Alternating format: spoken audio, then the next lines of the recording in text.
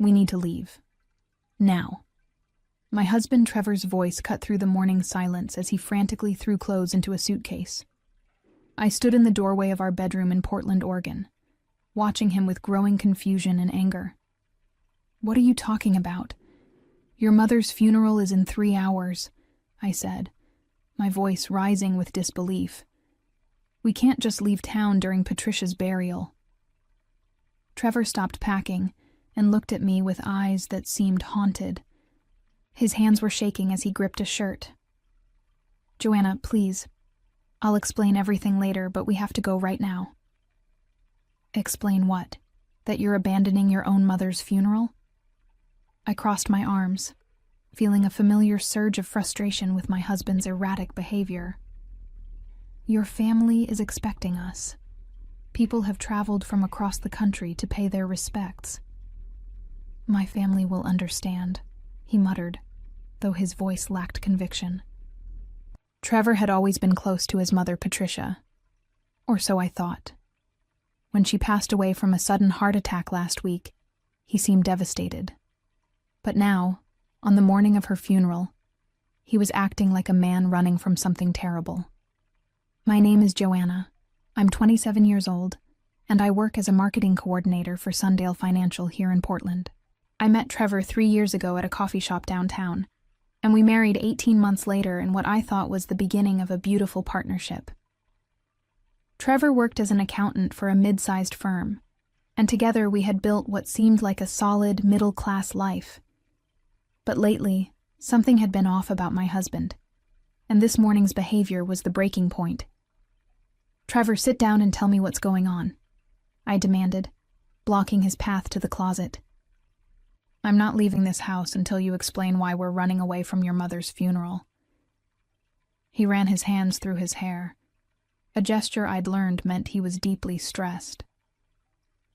"There are things about my family you don't know, Joanna. Dark things. And if we stay for the funeral, those things are going to come to light." "What kind of dark things?" I pressed, though a chill was starting to creep up my spine. In the 3 years I'd known Trevor, I'd always felt like there were gaps in his stories about his childhood and family. His mother, Patricia, had been kind to me, but there was something guarded about her, something that made me feel like I was only seeing the surface. "I can't tell you here," Trevor said, zipping up the suitcase. "But if we don't leave now, we might not get another chance." The ominous tone in his voice made my heart race, but not with fear, with anger. I wasn't about to be dragged into whatever mess my husband had created. Looking back, I should have seen the warning signs earlier. Trevor's relationship with his family had always puzzled me. Despite claiming to be close to his mother, he rarely visited her. And when we did spend time together, their conversations felt stilted and careful. Patricia lived alone in a modest house on the outskirts of Portland, claiming Trevor's father had died when he was young. But I'd noticed how she never talked about Trevor's childhood in detail, and how she'd changed the subject whenever I asked about family photos or old memories. Then, there were Trevor's nightmares. At least twice a week, I'd wake up to find him thrashing in bed, mumbling incoherent words. When I'd ask him about it in the morning, he'd claim he couldn't remember what he'd dreamed about.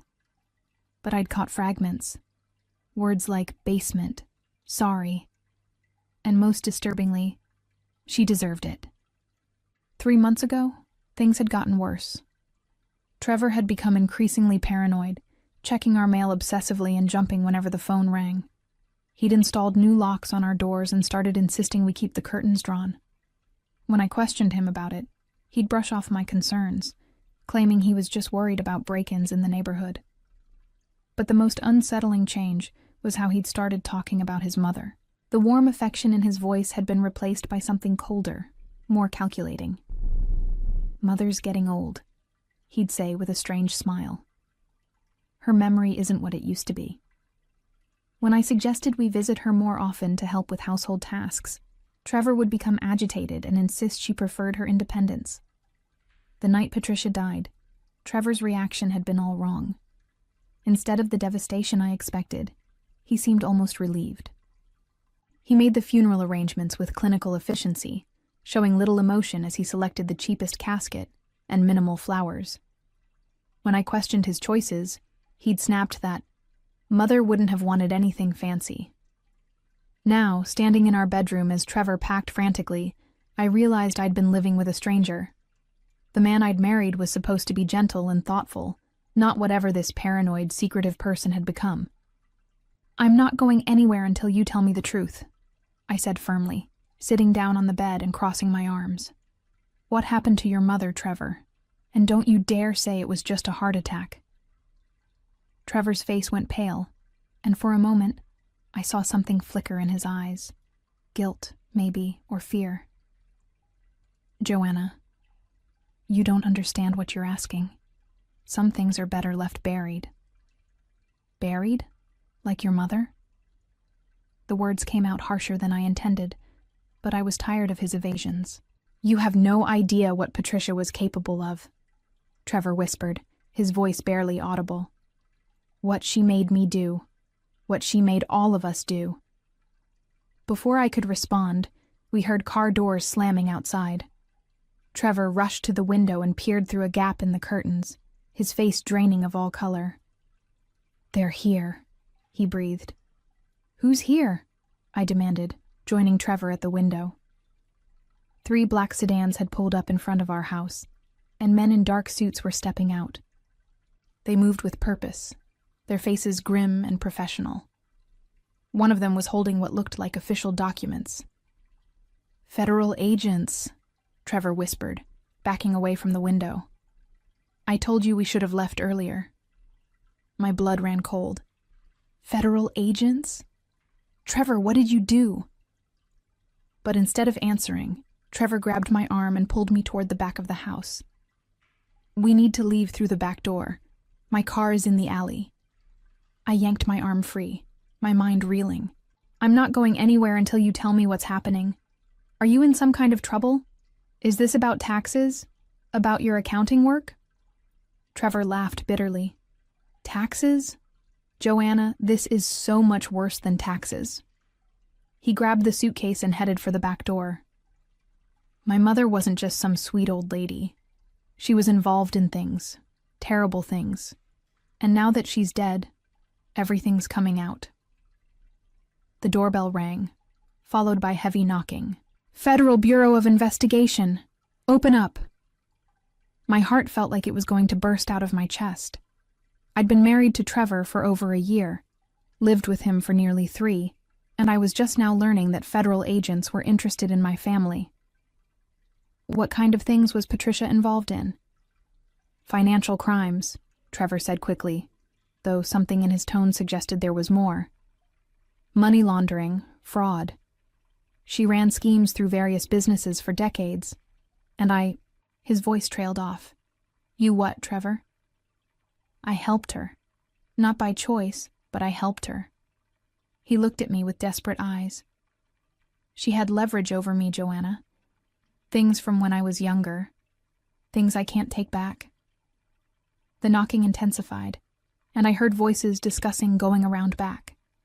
Time was running out, and I had to make a decision. Every instinct told me to stay and face whatever was happening, to demand answers from the authorities. But looking at Trevor's terrified face, I realized that my husband's secrets ran deeper than I'd ever imagined. "If I come with you," I said slowly, "you have to tell me everything. No more lies, no more half-truths." Trevor nodded frantically. "Yes, I promise. Just please, we have to go now." Against my better judgment, I grabbed my purse and followed Trevor out the back door.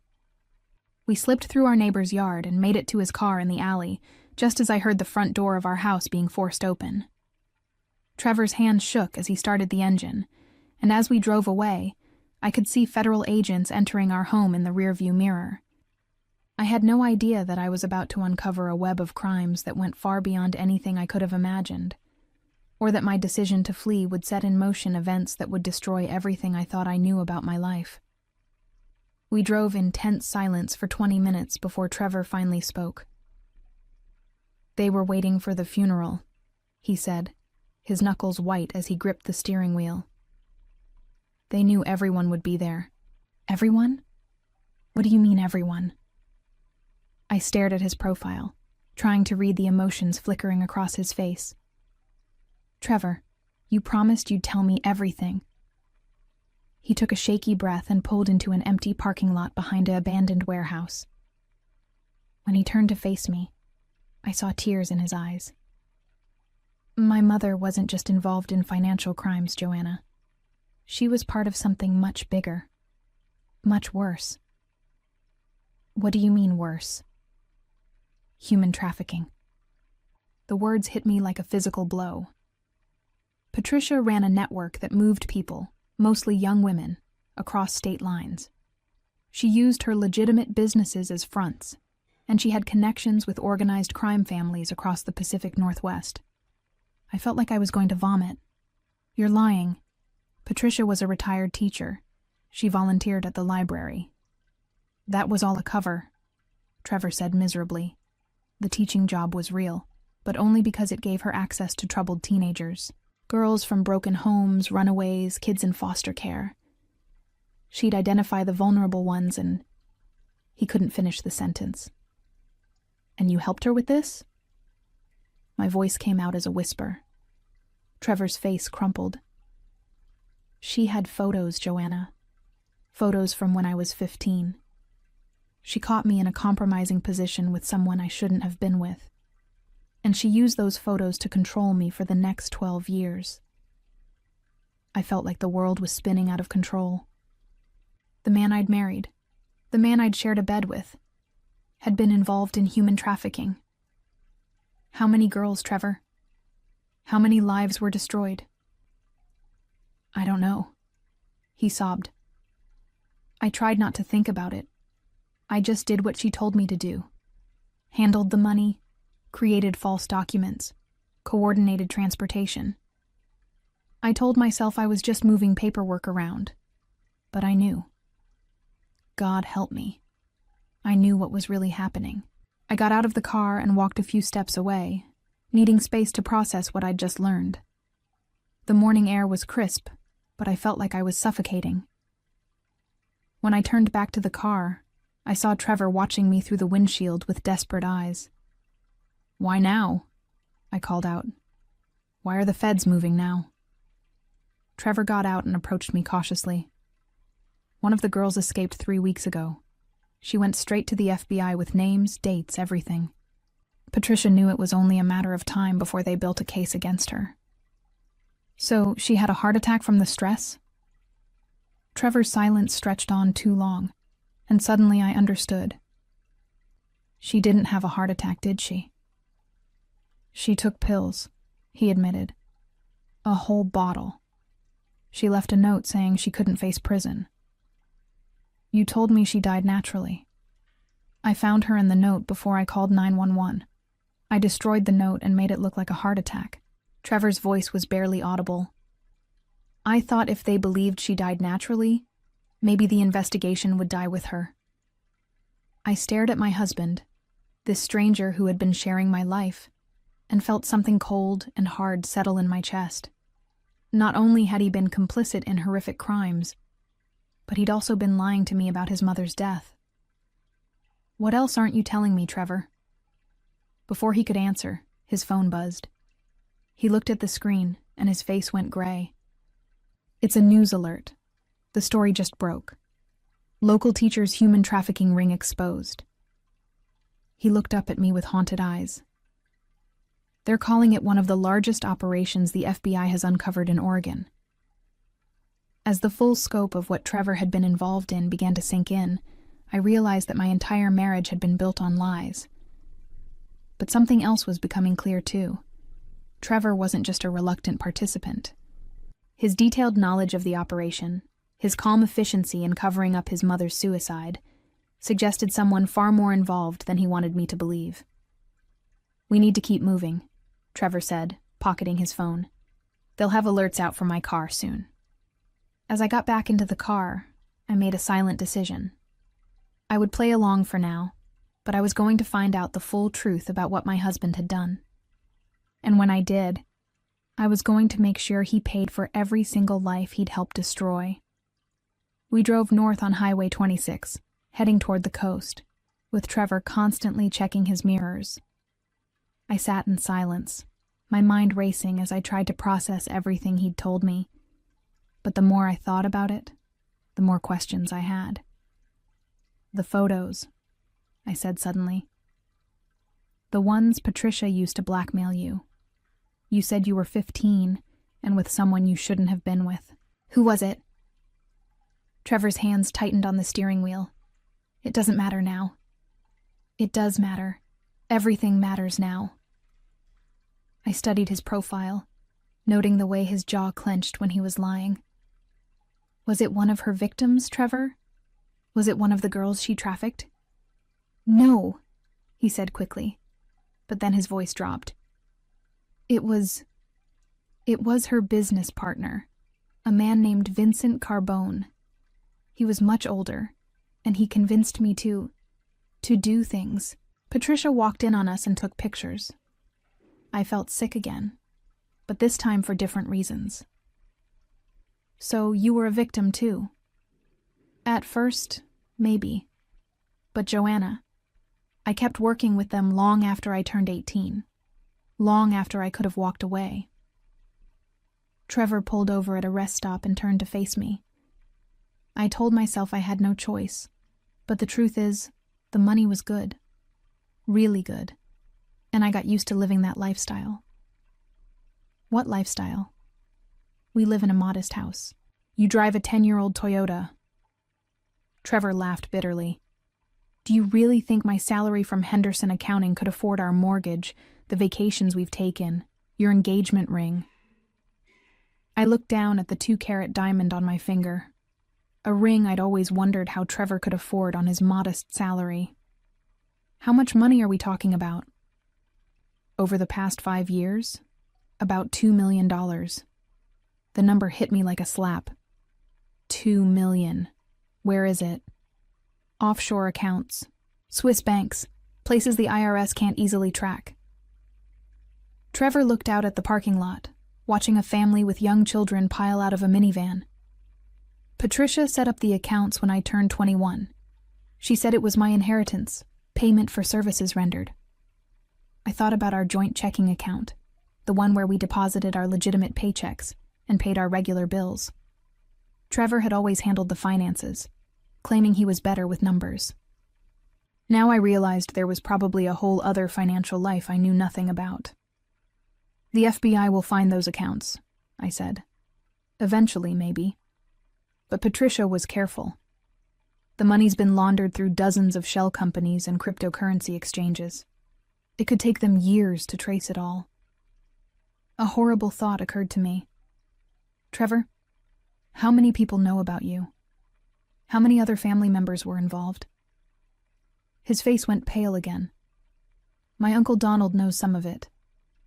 And my cousin Marcus definitely knows. There are probably others. But Patricia kept things compartmentalized. Nobody knew everything except her.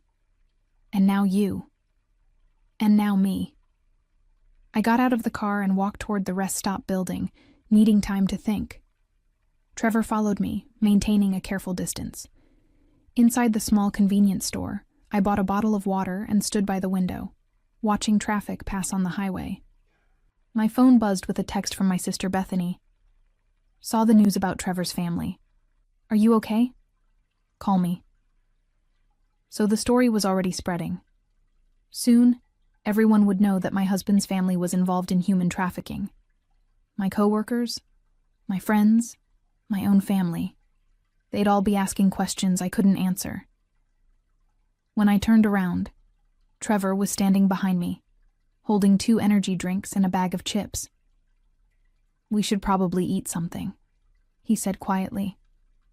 "Where are we going, Trevor? We can't just drive around Oregon forever." "I have a plan," he said. "There's a cabin my family owns up near Mount Hood. It's remote, off the grid. We can lay low there while I figure out our next move."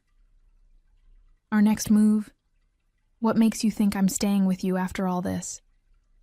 Trevor's face crumpled again. Because you're all I have left, Joanna. Without you, I have nothing. The cabin was exactly as remote as Trevor had promised. A small, weathered structure nestled among tall pines, accessible only by a dirt road that seemed to go on forever. As we pulled up, I noticed there were no other buildings visible, no power lines, no signs of civilization. It was the perfect place to disappear. "How long has your family owned this place?" I asked as Trevor unloaded our hastily packed bags. "Since I was a kid. Patricia bought it as a safe house." He paused, realizing what he'd just said. "For the business." "You mean for hiding trafficking victims?" Trevor nodded miserably. Sometimes girls would be brought here to wait for transport to other states. I came here a few times when I was younger, before I understood what was really happening. The interior of the cabin was sparse but functional. A main room with a stone fireplace, a small kitchen, 2 bedrooms, and a bathroom with a composting toilet. There was a generator for electricity and a well for water. Trevor moved around the space with familiarity, lighting the pilot light on the propane stove and checking the generator. "We'll be safe here for a while," he said, but his voice lacked conviction. I sat down at the small wooden table and finally allowed myself to feel the full weight of what was happening. In the span of a few hours, I'd learned that my husband was involved in human trafficking, that we'd been living off criminal proceeds, and that I was now officially a fugitive from federal authorities. The life I'd built in Portland was gone forever. "Trevor, I need you to tell me something, honestly," I said. "Are you sorry? Are you genuinely sorry for what you did to those girls?" He sat down across from me, his face etched with exhaustion. "Every day, Joanna. Every single day I think about them. I remember their faces, their ages.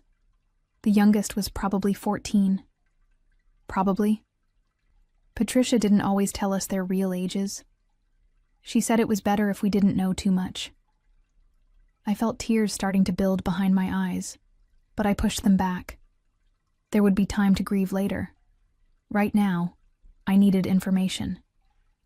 How many people were involved in the operation total? In Oregon, maybe 20 people at various levels. Drivers, document forgers, safe house operators, financial people like me. But Patricia had connections across multiple states. The FBI probably has hundreds of people to investigate. My phone, which I'd kept on silent, lit up with another text. This one was from my boss at Sundale Financial. "Joanna, I'm seeing some concerning news reports. Please call me when you can." Trevor noticed me reading. "You should probably turn that off. They can track you through cell towers. I can't just disappear, Trevor. I have a job, responsibilities, people who care about me." "Do you think they'll still care when they find out you're married to me?" The question hung in the air like a challenge. I thought about my co-workers, my book club, the neighbors who waved to us every morning. Would they believe I was innocent? Or would they assume I'd known about Trevor's crimes all along? "There's something else," Trevor said quietly. "Something I haven't told you yet." I looked up from my phone, dreading what was coming next. "The FBI isn't the only one looking for us. Vincent Carbone, Patricia's business partner, he's not going to just let this investigation proceed. He has too much to lose." "What does that mean?"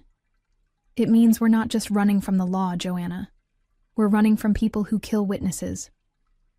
As if on cue, I heard the distant sound of a vehicle approaching on the dirt road. Trevor's face went white as he rushed to the window. "Someone's coming," he whispered. The approaching vehicle turned out to be a park ranger making routine rounds, but the incident clarified something crucial for me. As I watched Trevor panic, trembling behind the cabin's dusty curtains, I realized I was done being a passive participant in this nightmare. While Trevor paced anxiously after the ranger left, I quietly slipped into the bedroom and called my sister Bethany from the landline I'd spotted earlier. "Joanna, thank God. Where are you? The FBI came to Mom and Dad's house looking for you." I'm safe for now, I whispered. Bethany, I need you to do something for me, and I need you to not ask questions. What is it? Call the FBI tip line. Tell them I want to cooperate, but I need guaranteed immunity. Tell them I have information about offshore accounts and other family members involved. Joanna, what are you doing? What I should have done hours ago. Lonesome. When I returned to the main room, Trevor was staring out the window with haunted eyes. I keep thinking I see cars on the road, he muttered. Trevor, we need to talk about turning ourselves in. He spun around, his face horrified. Are you insane? They'll charge us both as conspirators. You'll go to prison. Not if I cooperate first. I kept my voice steady, watching his expression carefully. I'm innocent, Trevor. I didn't know about any of this. But you're not innocent.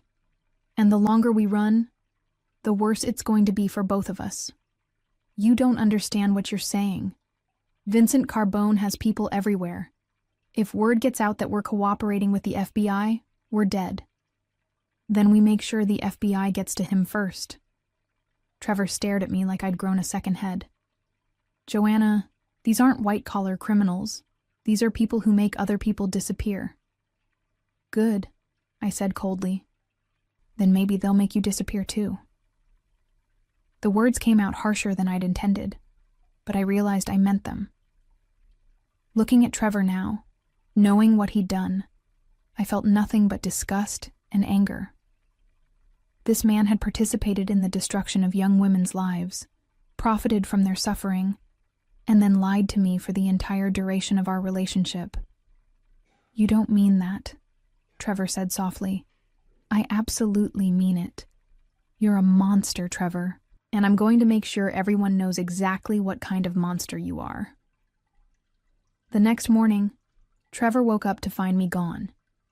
He discovered a note on the kitchen table that read simply, I've gone to do the right thing. Don't follow me. What Trevor didn't know was that I hadn't gone far. I'd spent the night in my car, parked just out of sight down the dirt road, waiting for the FBI agents my sister had contacted on my behalf. At dawn, 3 black SUVs made their way up the mountain, guided by the GPS coordinates I'd provided. I met them at the main road and led them back to the cabin.